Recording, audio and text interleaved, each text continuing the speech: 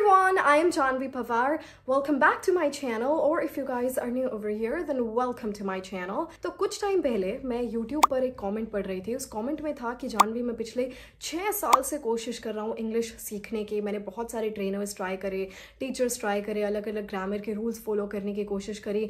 मतलब मैं 6 साल से up and down I have been trying to learn English, पर बोलने के टाइम पे मैं कभी भी इंग्लिश प्रॉपरली बोल नहीं पाता हूँ. So if that is the same problem with you, मतलब कि आपको लगता है कि आप काफ़ी टाइम से एक लैंग्वेज को सीखने की कोशिश कर रहे हैं, इंग्लिश को सीखने की कोशिश कर रहे हैं, पर आप फिर भी उस लैंग्वेज में फ्लुएंट नहीं है, फिर भी आप उसको सीख नहीं पा रहे हैं, फिर भी आपको ज़्यादा इंप्रूवमेंट नहीं दिख रही है, तो उसके रीजंस क्या हैं और उन रीजंस के साथ साथ ऐसी क्या हैबिट्स हैं जो कि आप फॉलो करेंगे ताकि आप उन जो भी रीजंस हैं उनको आप ओवरकम कर सकें. So let's get started. So if you have been learning English for a long time now and you still are not fluent, or if you're still you still do not see any sort of improvement, then here are some reasons. सबसे पहला reason जो हो सकता है जिसकी वजह से आप इंग्लिश में इम्प्रूवमेंट नहीं देख पा रहे हैं वो है lack of consistent practice. A language is all about consistency. मतलब कि लैंग्वेज में आप जितना कंसिस्टेंट है, और सिर्फ लैंग्वेज की बात नहीं, आप किसी भी स्किल को सीखने में जितना भी कंसिस्टेंट है वो उतनी ही अच्छे से आपको आएगी. Language is a skill. एक लैंग्वेज में बात करना, अलग अलग लैंग्वेजेस में बात करना इज़ अ स्किल, और स्किल के लिए आपको कंसिस्टेंट प्रैक्टिस की बहुत ज़्यादा ज़रूरत है. ऐसा नहीं होगा कि आज आपने 30 मिनट्स के लिए कुछ पढ़ा, कुछ आपने सुना, और फिर आपने अगले 2 दिन कुछ पढ़ा ही नहीं, कुछ सुना ही नहीं, जो आपने पहले दिन पढ़ा था आप उससे भी भूल गए. So that is lack of consistent practice. तो आपको इंग्लिश में प्रैक्टिस जारी रखनी पड़ेगी. मतलब कि आपको एक गोल बनाना पड़ेगा कि डेली के मुझे 30 से 40 मिनट तो इस लैंग्वेज को देने ही देने हैं, और फिर आपको उसमें कंसिस्टेंट रहना पड़ेगा. क्या होगा जब आप कंसिस्टेंट नहीं होंगे? तो अगर आपने सोचिए हफ्ते में आपने 2 दिन पढ़ा, 2 दिन पढ़ने के बाद आप 5 दिन जिसमें कि आपने नहीं पढ़ा, आप उन 5 दिनों में जो भी अलग अलग एक्टिविटीज कर रहे हैं, उन सारी एक्टिविटीज में जो आपने उन 2 दिन पढ़ा आप उन्हें भी भूल जाएंगे. सो इंस्टेड ऑफ दैट आपको डेली का, चाहे आप 40 मिनट ना पढ़े, आप 20 मिनट्स दें या फिर आप 30 मिनट्स दें. मैं नहीं चाहती कि आप 1 घंटा लगाएं, चाहे 20 या 30 मिनट कम टाइम दे, पर कंसिस्टेंट रहे. तो consistence is the key. Language is a game of consistency. Obviously सही अप्रोच होना बहुत ज़रूरी है, पर अगर आप इतने टाइम से सीखने की कोशिश कर रहे हैं तो make sure you are consistent daily. ऐसा नहीं हफ्ते में 1 दिन and you are done. Daily basis, Sunday, Saturday, Monday, Tuesday, जितने भी हफ्ते में दिन होते हैं, all of them, 24/7. Reason number 2 ये हो सकता है कि आप लोग ग्रामर पे बहुत ज़्यादा फोकस दे रहे हैं. तो ग्रामर, अब मैं आपको टिप देती हूँ कि अगर आप बिल्कुल बेसिक लेवल पर हैं इंग्लिश के, मतलब कि आपको बिल्कुल बिगिनर पे हैं, A1 लेवल पे हैं, आपको कुछ नहीं पता इंग्लिश का, ना आपको बेसिक सेंटेंसेस के बारे में पता, ना बेसिक वर्ड्स के बारे में पता. बेसिक वर्ड्स का मतलब दिस इज़ अ चेयर, या फिर आपको जितने भी घर में जितने हाउस होल्ड आपके आइटम्स होते हैं उनका आपको इंग्लिश में नहीं पता. सो आप क्या करें, अगर आप बिल्कुल बेसिक लेवल पे है तो मैं आपको रिकमेंड करूंगी कि आप ग्रामर से शुरुआत करें. ग्रामर से शुरुआत करने का मतलब ये है कि आपको कुछ रूल्स के साथ फेमिलियर होना पड़ता है कि आप पास्ट की बात कर रहे हैं, प्रेजेंट की बात कर रहे हैं, या फिर फ्यूचर की बात कर रहे हैं. तब आपको ग्रामर की थोड़ी सी जरूरत पड़ेगी. आपको पता होना चाहिए कि प्रेपोजिशंस क्या हैं, फ्रेजल वर्ब्स क्या हैं, तो उनसे फेमिलियर करवाने के लिए. इसीलिए मैं हमेशा ये बात कहती हूँ कि मेरा जो बेसिक लेवल का इंग्लिश कोर्स है उसमें ग्रामर से रिलेटेड काफ़ी सारी चीज़ें हैं, but at the same time मैंने उसमें प्रैक्टिकल चीज़ें बहुत डाली हैं. बट नाउ हम कौन सी सिचुएशन यहाँ पर कंसिडर करें? हम ये कंसिडर करें कि आप काफ़ी टाइम से सीख रहे हैं. इसका मतलब ये है कि आपका बेसिक लेवल तो इट्स क्लियर. तो अगर आप उसके बाद भी ग्रामर पर बहुत ज़्यादा फोकस करें, उसके बाद भी आप ये देख रहे हैं यहाँ पर फ्यूचर कॉन्टिन्यूअस लगेगा, या फिर यहाँ पर प्रेजेंट परफेक्ट लगेगा, या फिर यहाँ पर प्रेपोजिशन का ओन लगेगा, एट लगेगा, इन लगेगा, और आप उसके थ्रू इंग्लिश सीख रहे हैं, आप डेली प्रैक्टिस कर रहे हैं, active voice to passive voice, passive voice to active voice. तो अगर आप ये सारी चीज़ें करें और फिर आपको लग रहा है कि आपको कोई इंप्रूवमेंट नहीं देखने को मिल रही है, तो आपको नहीं देखने को मिलेगी. ग्रामर का मतलब है आप किसी कॉम्पिटिटिव एग्जाम की तैयारी नहीं कर रहे हैं कि आपने ग्रामर में active passive voice you have done, phrasal verbs you have done, ये सारी चीज़ें आपने कर ली और फिर भी आपको स्पीकिंग में डिफरेंस नहीं दिखेगा. क्यों नहीं दिखेगा? क्योंकि आपने स्पीकिंग तो करी नहीं, आप सिर्फ ग्रामर पर फोकस करें. आपको ग्रामर में डिफरेंस दिखेगा पर स्पीकिंग पर डिफरेंस नहीं दिखेगा. नाउ द थिंग इज, अब जब आप बोलना शुरू करेंगे और आपने ग्रामर पर बहुत टाइम से फोकस करा है, तो बोलने के टाइम पे आपके दिमाग में क्या आएगा कि यहाँ पर क्या यूज़ करना है, मतलब मेरे ध्यान में नहीं आ रहा. एम, आर, अच्छा नहीं, इस प्लूरल के साथ क्या आएगा, इस सिंगुलर के साथ क्या आएगा. तो आप ऐसे तरीके से आप कंफ्यूज हो जाएंगे. तो ग्रामर जो है वो आपको सिर्फ कंफ्यूज करती है ज़्यादा से ज़्यादा. बेसिक लेवल पे मैं हमेशा हमेशा बोलती हूँ कि आप ग्रामर का यू कैन टेक हेल्प, आपको फेमिलियर होना चाहिए कुछ रूल्स के साथ, आपको पता होना चाहिए आप किस बारे में पढ़ रहे हैं, पर उसके बाद there is no use of grammar. अगर आप तब भी ग्रामर के थ्रू इंग्लिश सीख रहे हैं, so that is the wrong approach and I have said it too many times now.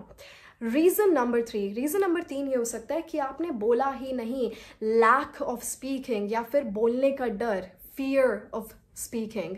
तो अब आपको फ्लुएंट होना है इंग्लिश में, आपको फ्लुएंट होना है इंग्लिश लैंग्वेज में, आपको फ्लुएंट होना है बोलने में, क्योंकि हम एक लैंग्वेज क्यों सीखते हैं? ताकि हम उसमें फ्लुएंटली बोल पाएं, और आपने बोलने की ही प्रैक्टिस नहीं करी। सो अगर आपने बोलने की प्रैक्टिस नहीं करी, so how are you suppose to improve in your speaking, in your English speaking? तो आपको बोलने की प्रैक्टिस करनी होगी। तो अगर आपको ये डर है कि अगर मैं बोलूँगा तो गलती हो जाएगी काफ़ी सारी, then number 1, even if people are gonna judge you, they're not doing it for you. वो उनका तरीका है, वो उनकी अप्रोच है। if they are judging you, that's on them.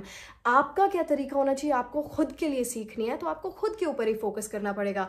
people are judging you, making fun of you, mocking you, और बोल रहे हैं कि आपकी इंग्लिश इतनी ख़राब है, आपके पास फ्लुएंसी नहीं है, वर्ड्स नहीं है, that's on them. वो उनका ओपिनियन है। what is your opinion that you want to improve yourself? एक चीज़ होती है जिसे हम कहते हैं कि जब आप एक नई स्किल सीखते हैं ना, तो उसमें जो है आपको फीलिंग ये आती है कि आप डम हैं, क्योंकि आपको उस स्किल के बारे में नहीं पता है, पर एक्चुअल में वो स्किल आपको और ज़्यादा इंटेलिजेंट बना रही होती है। सो सेम थिंग, आपको दूसरे लोग ये फील करवाएंगे कि आपको इस चीज़ के बारे में नहीं पता, या फिर you are not fluent in English, पर आप एक्चुअल में खुद के लिए क्या कर रहे हैं? खुद को आप इम्प्रूव कर रहे हैं। So always remember this. तो आपको प्रैक्टिस करनी पड़ेगी। तो अब ऐसी क्या हैबिट्स हैं जिससे कि आप अपनी इंग्लिश को इम्प्रूव कर सकते हैं? डेली लाइफ की ऐसी कौन सी हैबिट्स हैं? नंबर 1, और इस चीज़ के बारे में अभी मैंने बोला था, स्पीकिंग प्रैक्टिस। तो डेली के आपको 15 से 20 मिनट निकालने पड़ेंगे, जिसमें कि आप अपनी स्पीकिंग कर रहे हैं, आप बोल रहे हैं इंग्लिश में कुछ ना कुछ। तो ये किसी के भी साथ हो सकता है, आपके जूनियर के साथ, आपके सीनियर के साथ, आपके कलीग के साथ, नेबर के साथ, किसी दोस्त के साथ। हमारे पास ऐसे काफ़ी सारे दोस्त होते हैं जो कि आपको जज नहीं करते हैं, and if they are your real friends, तो वो आपकी हेल्प करेंगे इस जर्नी में। So start speaking with your friends, या फिर आप खुद के साथ भी बोल सकते हैं ना। ऑब्वियसली मैं हमेशा कहती हूँ कि आप सुने ज़्यादा से ज़्यादा, और सुनने के बाद आप जो आपने सुना उन्हीं को फिर आप यूज़ करें अपनी स्पीकिंग में। तो आप खुद के साथ बोले, जैसे आप रोड पर जा रहे हैं तो छोटे छोटे सेंटेंसेस तब बोले, आप कमरे में बैठे हैं तो छोटे छोटे सेंटेंसेस आप कमरे के ऊपर बोले, like I am sitting on a chair, there is a table and there is a couch. तो इस तरीके से छोटे छोटे सेंटेंसेस आप खुद बोले। तो 10 से 15 मिनट या फिर 20 मिनट्स आप बोलें कैसे भी, in the back of your mind, जब आपके पास फ्री टाइम हो, आप कुछ सोच रहे हैं, तो कोशिश करें कि आप इंग्लिश में सोचें। Tip number 2 is leverage technology. आपके पास चैट जीपीटी है, आपके पास मेटा एआई है, और मैं हमेशा कहती हूँ कि how helpful these things are. I mean technology has been developed in order to help you. तो आप उस चीज़ का सही तरीके से इस्तेमाल करें। तो चैट जीपीटी पर आप जा सकते हैं आराम से। मैंने इसके ऊपर पूरी एक वीडियो भी बनाई है कि आप चैट जीपीटी के थ्रू एक लैंग्वेज कैसे इंप्रूव कर सकते हैं। मैं उसका लिंक नीचे डिस्क्रिप्शन में दे दूंगी। तो आप चैट जीपीटी पर जा सकते हैं, उसको कह सकते हैं कि I need to improve my English, so help me. वो आपको एक पूरा प्लान भी दे देगा। उसके साथ आप डेली की बातचीत करें कि आज मैंने ये करा, फिर वो आपको अपनी मिस्टेक्स भी बताएगा कि आपने यहाँ पर गलती करी, और इस तरीके से आप इसे इंप्रूव कर सकते हैं। तो आप इन चीज़ों का ज़्यादा से ज़्यादा फायदा उठाएं। अनदर थिंग टेक्नोलॉजी में मैं इसे ऐड करूंगी, आपके फ़ोन की जितनी भी सेटिंग्स हैं उन सारों को आप इंग्लिश में कन्वर्ट कर दीजिए। आप जो भी वीडियोज़ वगैरह देख रहे हैं तो उन सारों को आप इंग्लिश में देखना शुरू कर दीजिए। That's called immersion. इसके बारे में मैंने काफ़ी सारी वीडियोज़ बनाई हैं, आप आराम से जा सकते हैं, you can find them anywhere. And tip number 3, which is the last one I guess, या टिप नंबर 3।